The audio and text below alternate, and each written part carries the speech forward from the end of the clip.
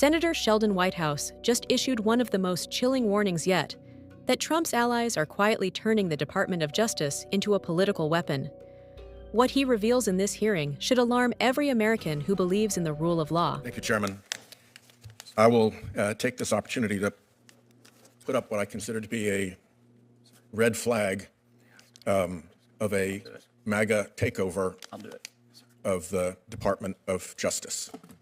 What we regularly see is extremely good bromides until we hit the area of Trump sensitivity. And I think we've seen it in this hearing too. And then it's like watching people fly into the Bermuda Triangle and all the nabs and comms get weird. And I think that's a very strong signal of what folks' intentions are as we go into this. Project 2025 author Russ Vought said that it was his purpose to impose trauma in the federal workforce. And I think we're seeing those efforts right now with respect to FBI agents who were assigned, for instance, to the January 6th cases. We see repeated signals that politics now matters. We saw Attorney General Bondi ask members of the Department of Justice to disavow their own political beliefs in favor of, and I'm quoting her here, the political views that prevailed in the election. I don't think we've ever heard an attorney general say anything like that before. We see the DC U.S. attorney in office, not formerly like you, Mr. Sauer, in office, describe himself now as Trump's lawyer out to protect his leadership, unquote, when challenged by the media. The department actually has some pretty noble traditions of standing against politics and for the law. Recent examples include when the department stood against the Bush administration's unlawful warrantless wiretapping scheme and threatened mass resignations if it wasn't corrected. And it was corrected. That was a good thing. The department itself rejected its own secret, shoddy Office of Legal Counsel opinions that had propped up the torture program. That was the department cleaning up its own mess, not just going along with the signal from the White House. Most recently, you saw the department stand against efforts to involve the Department of Justice in the Georgia election subversion scheme. To me, those were noble days for the department. I don't see any chance of that happening.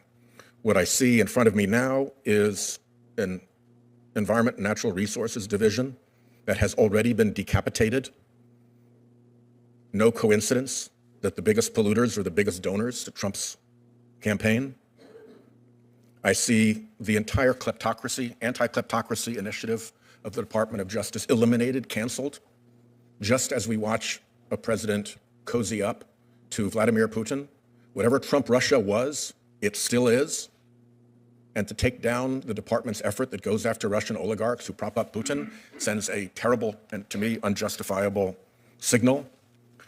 We have seen a fake grand jury investigation mounted in order to create, or at least attempted to be mounted, in order to create a pretext to allow a fund that the president objects to but is way too late to veto to be seized and held back from the obligations on it that Congress has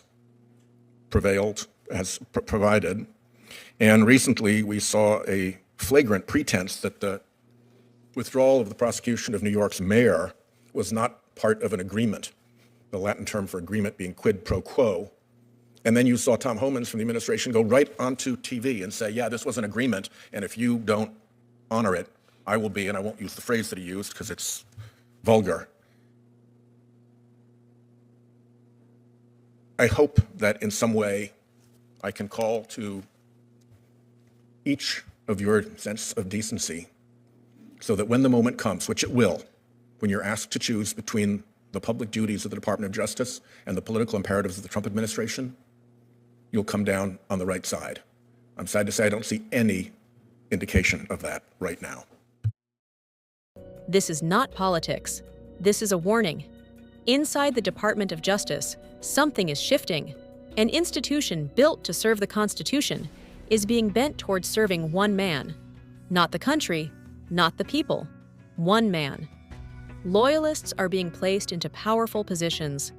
Career prosecutors are being told to fall in line, not with the law, but with political demands. Federal attorneys who should represent the United States are now declaring loyalty to a leader.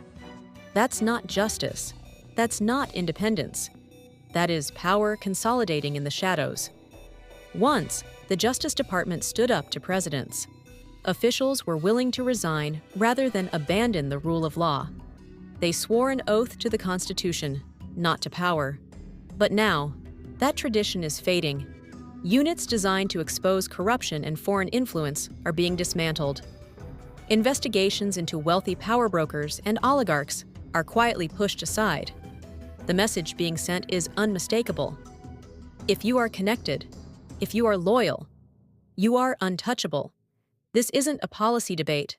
This is a test of democracy. Because when a leader gains control over the justice system, they don't need arguments. They don't need facts. They only need fear.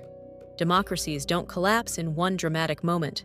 They erode slowly, quietly, while good people stay silent. So when your moment comes, when you must choose between your duty and your loyalty, choose what's right. Choose the country over the cult. Choose the Constitution over power. The future of